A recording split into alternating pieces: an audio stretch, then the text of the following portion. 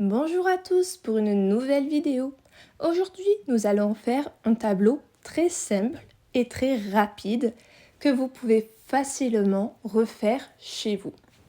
Il s'agit d'un petit format, c'est une des raisons pour laquelle ça a été rapide, et aussi une texture de feuille, papier pastel card, qui va se prêter au dessin, au paysage que j'ai choisi. Pour chaque élément, j'ai utilisé 4 couleurs. Le ciel 4 couleurs, les ruines du château au loin 4 couleurs, la végétation devant 4 couleurs. Je vous les remettrai à la fin pour que vous puissiez le réaliser de votre côté également. Le ciel, j'utilise 4 couleurs dans les gris, un gris moyen, un gris foncé légèrement verdâtre, un gris très clair et du violet de Mars que j'utilise comme un gris. Je vous le montre.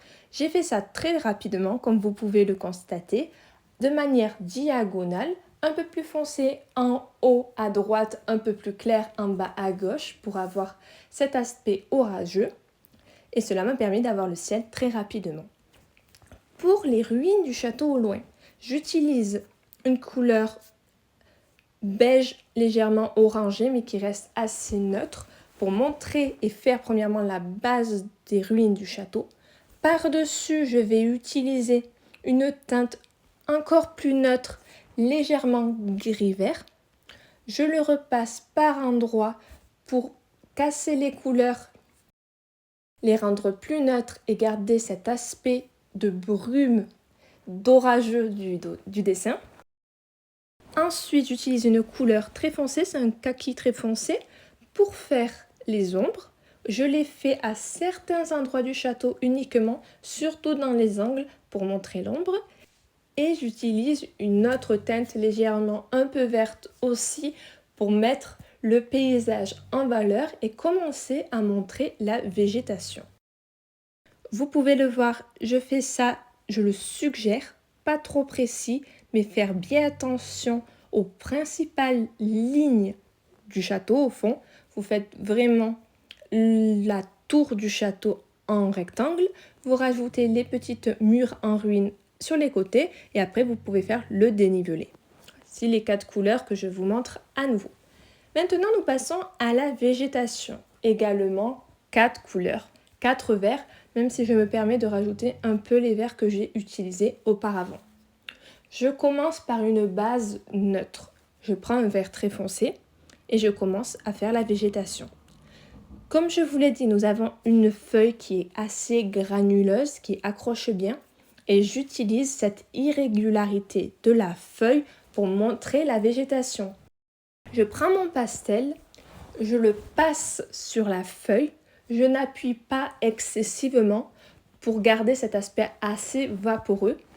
Donc il ne faut pas recouvrir, il faut utiliser la rugosité de la feuille pour avoir la végétation.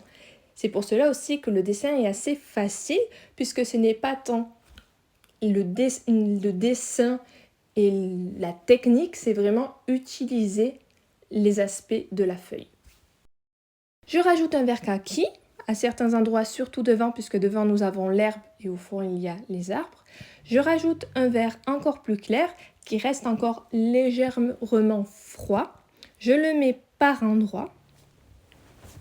Et je vais utiliser un vert jaune. Le vert jaune va me permettre d'égayer le dessin. Je l'utilise à plat et je vais faire des coups verticaux.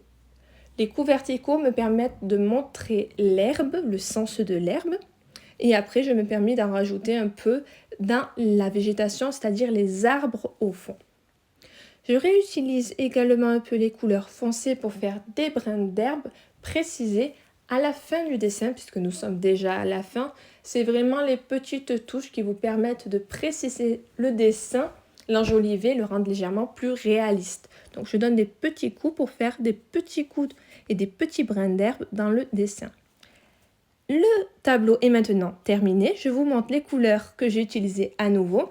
4 couleurs par élément, 12 au total. Si vous avez aimé, n'hésitez pas à liker, à vous abonner, à partager et on se retrouve pour plus de vidéos. À plus!